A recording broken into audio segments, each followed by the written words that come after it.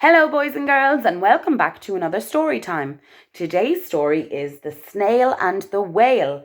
And look who's joining us today. We have our snail and we have our whale, our humpback whale. So let's get started.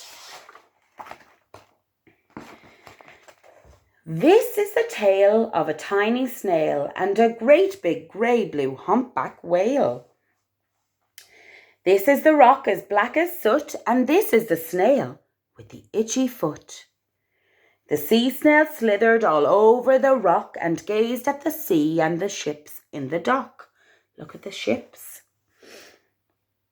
And as she gazed, she sniffed and sighed, "The sea is deep and the world is wide. How I long to sail," said the tiny snail.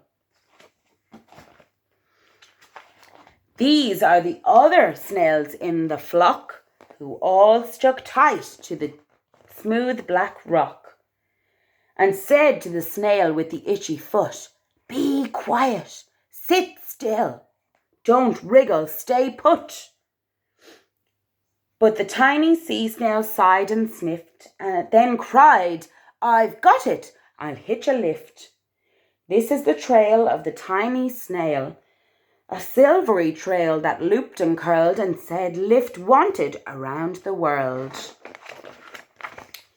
This is the whale who came one night when the tide was high and the stars were bright, a humpback whale immensely long, who sang to the snail a wonderful song of shimmering ice and coral caves and shooting stars and enormous waves. This is the tale of the humpback whale. He held it out of the starlit sea and said to the snail, "Come sail with me." This is the sea, so wild and free, that carried the whale and the snail on his tail to towering icebergs in far-off lands, with fiery mountains and golden sands. These are the waves that arched and crashed, that foamed and frolicked and sprayed and splashed the tiny snail on the tail of the whale. These are the caves beneath the waves, where stripy fish with feathery fins and sharks with hideous toothy grins swam round the whale and the snail on his tail. This is the sky so vast and high, sometimes sunny, blue and warm, sometimes filled with a thunderstorm, with zigzag lightning flashing and frightening the tiny snail on the tail of the whale. And she gazed to the sky, the sea, the sand, the waves and the caves and the golden sand. She gazed and gazed, amazed by it all, and she said to the whale, "I feel so small."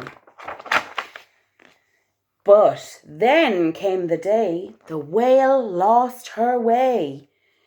These are the speedboats running a race, zigging and zooming all over the place, upsetting the whale with their ear-splitting roar, making him swim too close to the shore.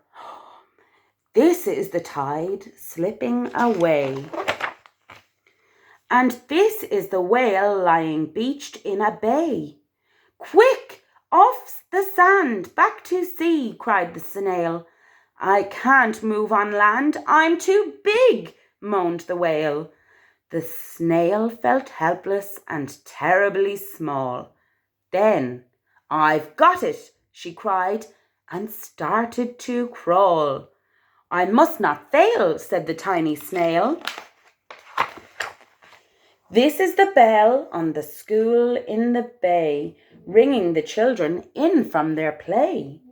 This is the teacher holding her chalk, telling the class, "Sit straight, don't talk."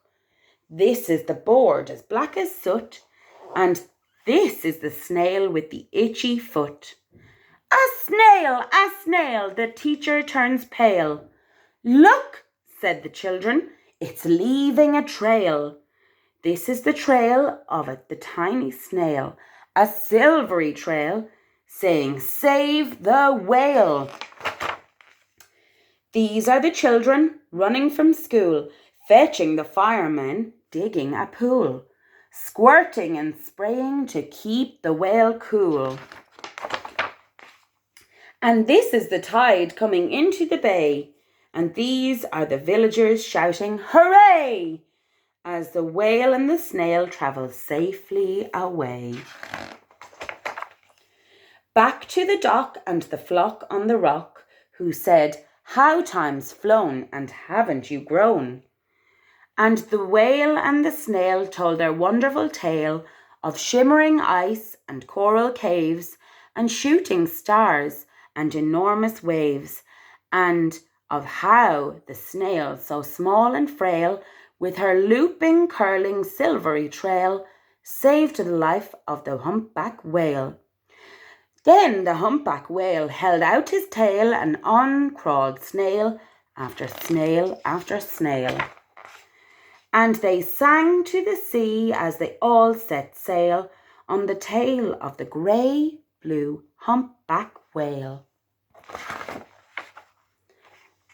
Now, I hope everybody has enjoyed our story and have a lovely day. Bye!